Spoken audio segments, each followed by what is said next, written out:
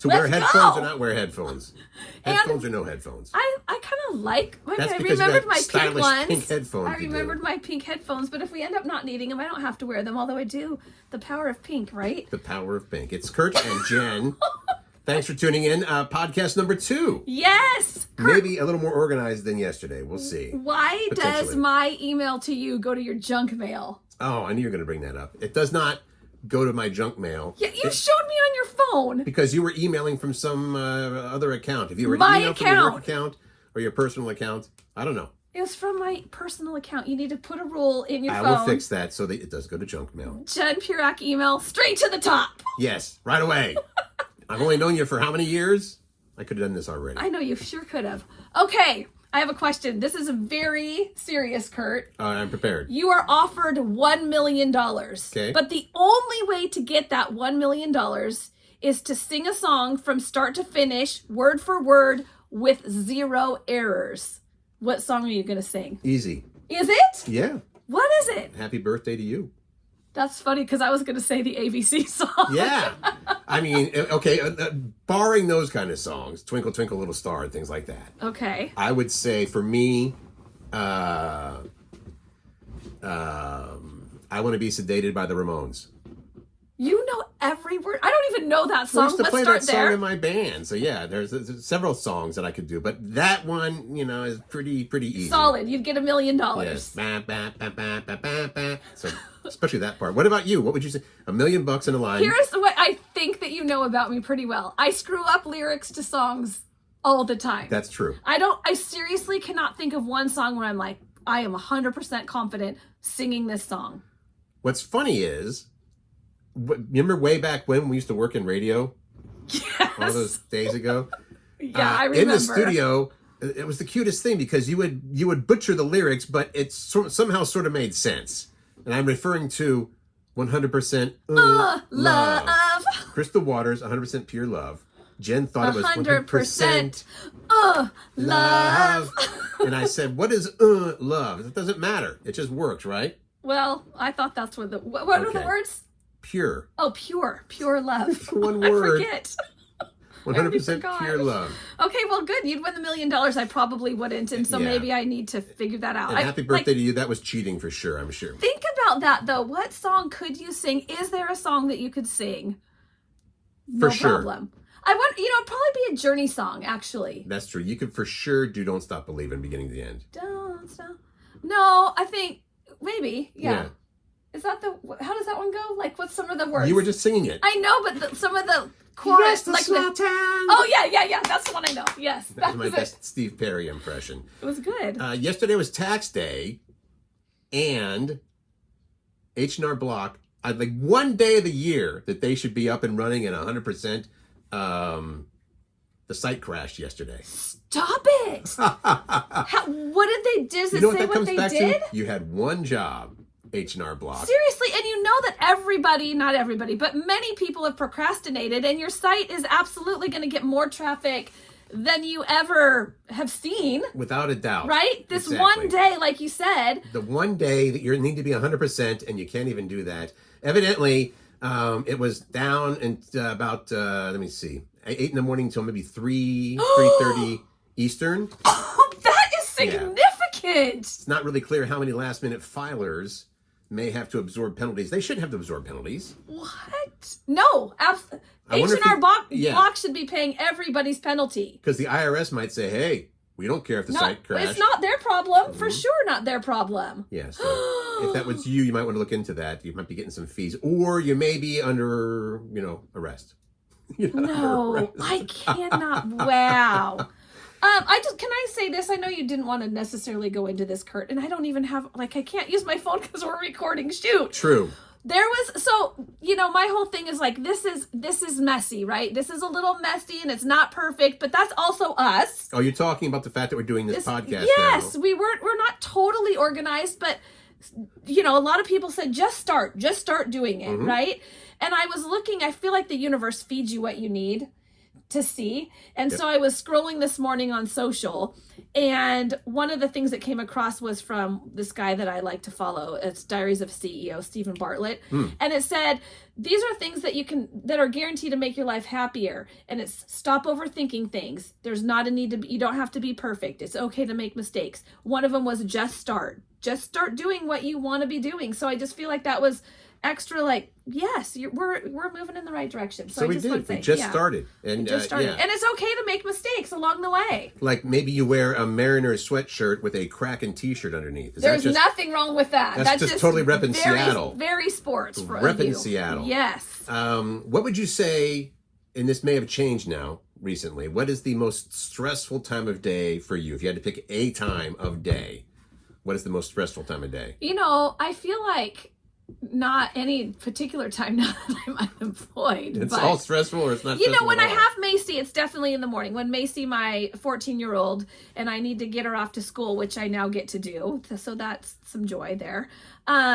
It can be chaotic. Right. Well, there's an actual answer. Well, what is it? 8:15 in the morning is the most chaotic time of the day. Yeah, this is a big survey of, I don't know, anywhere between 15 and 5,000 people. It's probably because it must be that one time that everything kind of crescendos together, right? You're like, are the lunches done? I got to get the kids off to school. I've got to get myself off to work. And what am I going to wear? And what are the kids going to wear? And all the things. You're dead on to it as far as that goes. Prepping and eating breakfast, commuting, helping others get to work or school, all adding to that stress. However, there's also, as always, ways to get around that stress. Maybe 8:15 will not be the most stressful time of day. Things like prepare the night before. Maybe lay out clothes, pack school bags, prepare lunches, stuff like that. I do that. We do lunches the night before and then finish it off in the morning, right? But we have a solid plan. Okay, Fantastic. good. Establish and stick to a routine. Yes. Routines are good. Yep. You love a routine. I do love a routine. She likes lists. We have a list for the show and everything. Lists are very important. How about get up before the kids? Oh, as a parent, I think parents out there, you're with me on this. Getting up before the kids so you have your own little time of peace and quiet and you can get yourself ready without being interrupted, then wake up the kids. That is the way to go. 100%, huh? 100%. And finally, love. Right. Okay. Finally, how about limit technology in the morning? That's not Tell my happen. Teenager that. You're Me supposed too. To, when are you not supposed to limit technology? Because you don't have technology at night. It's going to keep you awake. Don't have it in the morning. Obviously, at work, you can't have as much technology as you want. Well, we when can is have technology as much okay? as we want, Curt. We can. Well, yeah. Now. We're not suggesting to anybody try to find yourself unemployed, and then you can have all the technology you want. The first thing you do in the morning, for me, I grab my phone. Yep. My alarm goes off, I shut off my alarm, and I check my texts and my emails and maybe some social. And that's probably not good. I'm No, sure that there's a because it wastes psychiatrist somewhere saying time. no. No. Just get up and get your routine going. There are times that I will wake up in the middle of the night, just wake up for whatever reason, and what's going on? Then you check in the middle of the night. That's the worst thing ever. I'm happy to be part of the worst thing ever. Then. Okay. I'm happy to be part of that. And there's a happiness hack with all this too that goes with this, right? That's true. Now, explain to me and everybody why the importance of the 6-second hug. Well, it's at least 6 seconds. Really, 13's better, but it starts to get a little awkward. But scientists have proven that amount of time with a hug is what it takes to release all the good things that a hug brings, all those chemicals in your body that are the happiness stuff. Right. Let's do a 6 seconds right now so you can see. So, 6 second hug. We're hugging for 6 seconds. Well, I'm just going to time what 6 seconds is so people know. You just see an old friend and hi. Ready, set, go. There's the hug. Oh, it's so good to see you. You two are still embracing. Oh, yay. Okay. That's the minimum right there. Okay, that feels good. All right. Some people might try to do the pull away. Oh, yeah, I don't let them. I'm like, keep it in, because all the good chemicals aren't out yet. So just keep the hug. Yes. The happiness hack is actually hugging yourself for 20 seconds a day. 20 seconds and hugging yourself? Yeah, this is important research. My Here's the shoulder. science. I've hurt my shoulder. I can't do that very well. Let's see. Researchers came up with a daily stress exercise. It only takes 20 seconds. You close your eyes and think of I'm gonna something do this as you talk about that's been bothering you. Put one hand on your chest. Just one thing or all the things? One hand on your chest. Oh, one on my chest? The other on your stomach. I guess that's the hug. This is the self-hug. Oh. Like you're giving yourself a hug. This is like yoga. And think, how can I be a friend to myself in this moment? That's good. How can I be a friend to myself? Kick myself in the ass to say, get going. It says, here's what to do. Close your eyes and think about a recent mistake, failure, or something that's been bothering you. Great. That's easy. step one. You've got the hug going, right? Okay. 2, bring one hand to your chest and the other to your stomach like that. Got it. 3, think of how can I be a friend to myself in this moment. Take a few seconds, and when you're ready, open your eyes and go on with your day. 20 seconds. I just felt my belly like, oh, where are you going to lose some weight? That's not what it's here? doing. Your belly is always hungry. It probably growled. You're always hungry, admit it. So, I am. But that's cool. It's just cool to have a happiness hack. And when I saw that happiness hack, I was like, this is good. Are you going to do that, Kurt? No. Well, when I'm feeling, you didn't even try it. Put your hand on your chest and on your belly. I'm not feeling unhappy, but yeah, my belly is saying, hey, lose a few pounds too. Okay, well, that's terrible. I'm not feeling unhappy, so I don't even have to do that as well. This blew my mind, especially with us being big, huge dog lovers. Right. But this was about cats, but I'm like, what about dogs? Get ready for your mind to be blown, because I don't know if you know this. How many toes does your cat and dog have? Or dog? Cat or dog? How many toes? Because I would have assumed 20. I don't know what 5 on each paw. Okay, yeah, that makes sense. 5, 1, 2, 3, 4. That is incorrect. Let me just go straight to it. Okay. Not correct. 8 out of 10 cat owners don't know how many toes their cat has. The average cat has 18 toes, 10 in front and 8 in back. So the back paws have 4 each, right? Yeah. Do they? Well, yeah, evidently. That's what it says. Yeah. Same thing with dogs, 10 in though. front I think and 8 dogs in are back. the same. 5 on each of the front paws and 4 on each of the back. Right. And that's we looked it up. Same with dogs, and we were like, "What?" Mind blowing. You were closer than I thought, because you would have asked me. I thought it was 4 on all paws, so I would have said 16. And I said, 20. Yeah. We were in the middle. I mean, true. Yeah, it's in the middle. But see, actually, I was closer without going over. So by Price is Right Price rules, is Right rules, you win. Jeez. Good job. That's nice. That's awesome. That was kind of interesting, and usually we are talking about dogs, and we Yeah. did in a backwards way here. There's an actual statistic here as well, another one. 7 in 10 cat owners feel like they can usually tell what their cat is thinking. I think cat owners typically feel very connected with their cat and channel their inner cat energy and chi, all the things. Don't you think that even if you could know what your cat is thinking, don't you think that it would just be hate?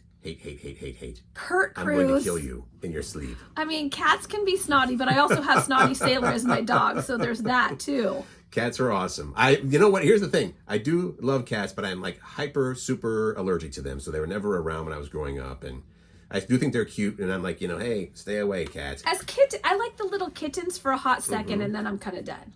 Kittens. That's it. Kittens are little tiny little babies. Smoothly moving on from cats to brushing your teeth. This, you know what? I don't even know if I want to talk about this, because parents, I'm going to warn you, this might be an excuse if your kids are listening to that they don't want to brush their teeth. They might use this against us. They say that there are 3 times that you don't want to immediately brush your teeth. And this is coming from a dentist, like Right. legit. The 3 times are right after you eat candy, okay? Yeah. And this all has to do with the amount of acid on your teeth. Plus, if you brush your teeth, you're adding something else and blah, blah, blah, blah, blah, right? That's the science part. So right after breakfast, and I already mentioned right after you eat candy, the 3rd time that you don't want to brush your teeth, and this is the time that you're absolutely going to want to, is right after you hurl. Right after you vomit. Vomitosa, you want to brush your teeth. But they say no. Again with the acid. Because of the acid. Mm-hmm. There's so much acid happening in your stomach and then up through your mouth, especially after you puke, that when you brush your teeth, it's going to basically scrub off the enamel. You don't want to scrub off the enamel. No, the enamel a good protects your teeth. rinsing with some scope purse. or something like that, or would that do the same effect? Listerine. I don't know. You got to do something. You cannot walk around, because this is what you're going to be doing after that. You're going to... This dentist said, with candy, don't brush your teeth until after an hour, which was surprising to me. Because I was like, get the sugar bugs out, or those cavity creepers are going to stay in there and get your teeth all decayed. Well, hopefully, vomiting is not a daily No, occurrence. not vomiting, but eating candy is a daily occurrence for both of us, I think. That's true. That is true. So you're supposed to wait an hour, because that's how long it takes for it to break down in your stomach, and then it turns it to acid. Right. And then I guess everything it shouldn't be creeping up into your mouth, though. That's what I still don't get that. The more you know. Talking about candy, though, What? we got in a huge discussion. Boyfriend, firefighter Pat. Right. We had a family dinner, and our kids got into this. Is it caramel or caramel? What do you say? I mean, I know the answer. What is it? It's caramel. Caramel came around, in my opinion. I'm going to get rid of that. Not in my opinion.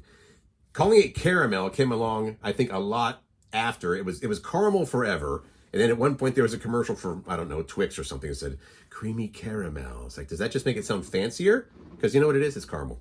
Well, it's a caramello. I was right in the middle of a caramello when I found love. Wasn't that right? Well, how it's spelled? Caramel. So wait, now the A is silent? Well, it could be caramel, but you just say it fast. Caramel. Well, if someone's name is spelled Cara, what is Cara? Or Cara, right.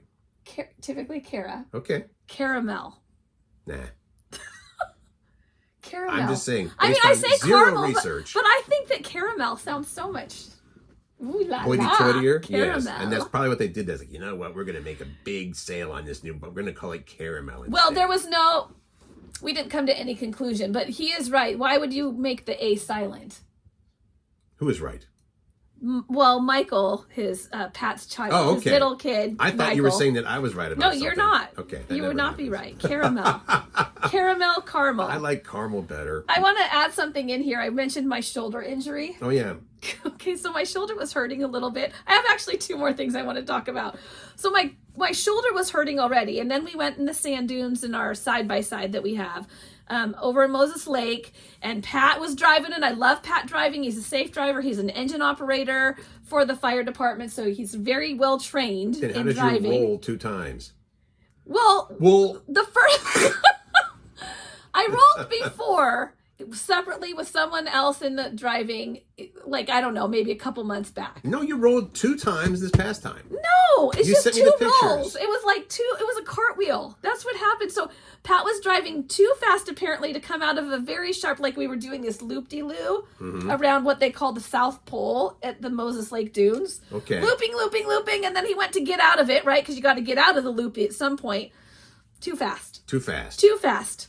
The whole thing cartwheeled. Like, when I say cartwheel, I mean nosedive, like you're flipping the long way as opposed to the, Both of them sound bad. Way. Well, I was hanging there, and he's like, "Are you all right? All right?" I'm like, I don't know if I'm all right. I mean, I'm alive, so that's a good start. And so he's like, "Get out." I'm like, "I can't get out. I am literally hanging," because his side was the one on the ground, right? So he was kind of laying on the ground, and I'm like suspended, thankfully, by my seatbelt. Anyway, he had to rescue me. When you undid the seatbelt, did you come like crashing down? Because that's called gravity. Well, gravity. That's a good, funny thing you asked, because he forgot to take my arm out of the one that was hanging the lowest to the ground. And he's like, "You need to get out." And I'm like, "I can't. I'm stuck. Like, there's too much pressure on my arm to loosen my seatbelt off." Anyway, he had to kind of hold me up a little bit and then stand up one leg at a time and then try to crawl out of the side-by-side through the window. And then he brought out his handy-dandy jaws of life, which he cares what the underwear. He doesn't. Yeah, I got the jaws of life. Here's the thing. We were fine, but more importantly, because this happened on Saturday morning and we had 3 more days of riding, the vehicle was fine. Well, so we could those keep can riding. Last through anything. I didn't even know what a side-by-side was. What is it? What it's would like you say? a dune buggy. Right, that's what I'm going to say. Kind of, but raised up, lots of suspension. Super we have hardcore. There's like Can-Am, Polaris, right. Razor. Maybe Polaris makes Razor. I forget how that works. But at first you were telling me we didn't go very fast. We're like climbing up these big boulders. It's almost like, it's amazing what these vehicles can do, and they're super fun, and it just happens to be our thing. Like, that's what we like to do together. Well, keep on rolling. No, we don't want to roll anymore. In fact, I got in a side-by-side with his son, Anthony, and I'm like, "Anthony, don't roll." And he's like, "Jen, if I roll, it's the Jen curse." And I'm like, "If we roll, I might be done riding then." And did he roll it? No, he didn't. Thank goodness. I felt like it a few times and a little shaky on this whole thing, so I got to get more confidence built. But anyway. What else did you want to talk about before we wrap things up? Okay, one more thing. Did you forget? This is girl talk. Oh, okay. So nope. I recently started what do they call it? HRT, hormone replacement therapy. Mm-hmm. And it's to better my quality of life, because it's the whole menopause, perimenopause thing. And so I got these patches from my doctor, because this is what she recommended. Use an estrogen patch, and then you have to take progesterone at night if you still have your uterus. You have to take 1 pill a night. Okay. But this patch, it says, okay, put it either not on your chest, like on your lower belly, or on your backside. And I'm like, okay, I'm going to try my belly for this first one. And they say if it falls off for some reason, you just have to put it on. You have to start with a new one. Okay. This morning, And so I put it on Sunday morning. Today, being Tuesday morning, I had to replace it already. And you want to know why I think it is? I think that I know. I don't want to say it. I'm going to let you say it. Because I had it on really good, but I think my belly rolls got... and it like wrinkled the patch up, and then water got in the shower, and then it just... Bloop. Thank you for saying it. And just so everybody knows... I'm like, what? I don't have... What? This is part of why I'm taking this hormone replacement therapy stuff, because I know it's not a weight loss at all, and I realize that. Right. But the lack of estrogen is putting fat in my body in places that wasn't ever there. Like, I used to have a pretty good belly, and now...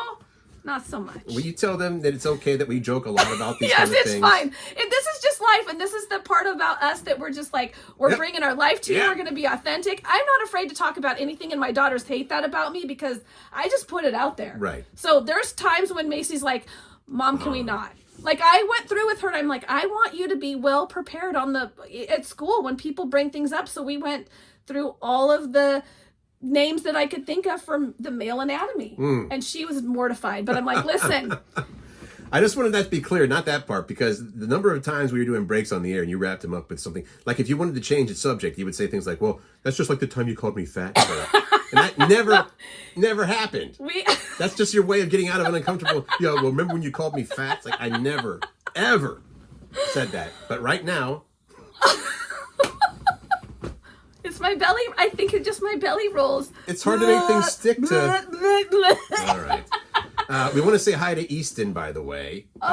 He left the cutest video for us on social. We're going to leave him a video back. Okay. I'm going to leave him a personal video back, yeah. And also, what? Well, I was just going to say thank you for just reaching out to us and the support that we're getting. I love it so much. Absolutely. Tomorrow, we've already got an idea. And I think that this might be a great subject. I know you've got your hand raised. Are you bringing up something else? Yeah. Oh, okay. No, I'm bringing up this. Oh, okay. I had to follow the list, by the way. Well, Jen made the list. We tried to prepare. Listen, we tried to be more prepared today. Yesterday, our first episode, we just cracked mics and went for it. Tomorrow is what do you keep hidden from your partner or spouse? What you keep hidden from your partner or spouse? Here's what brought that up. I'll tell you the full story tomorrow, but I went to happy hour with these 3 friends of mine that I adore and respect so much. And as we were walking out, one of them shared this story with us, and we're like, what? You did what and have what? Is this the neck fat thing? Those are those same friends. Okay. The neck fat, the clip. Like, I can do this now that if you're watching on YouTube, like the trick, I'm going to do it to Curt. Of course. These are the friends that taught me about the chick clip. So you're taking your group shot, you're all like you're this. in a photo, you take your hands around each other, and you go, you grab that person's neck. Like, Curt, you can grab it. Grab my neck. You've got too much hair. Grab my neck. Just grab it. Okay, this is a little awkward, but go ahead, because this is girlfriend stuff. So that it smooths. That's really hard to do. It smooths your neck out if you grab the back of their neck and kind of just pull while you're taking the picture. Okay. That's why you put your arms around each other that way, and then just like smooth the neck, everybody. Right. The chick clip. Who needs Botox or anything else like that? All right. You know what? You want to say this? I do want to say it. So we're just thank you again for listening. The way that we're going to grow is if you could share this with other people. So if you can share a podcast, please do that. And I always say this: make good choices, find joy, and spread kindness. Thanks for listening.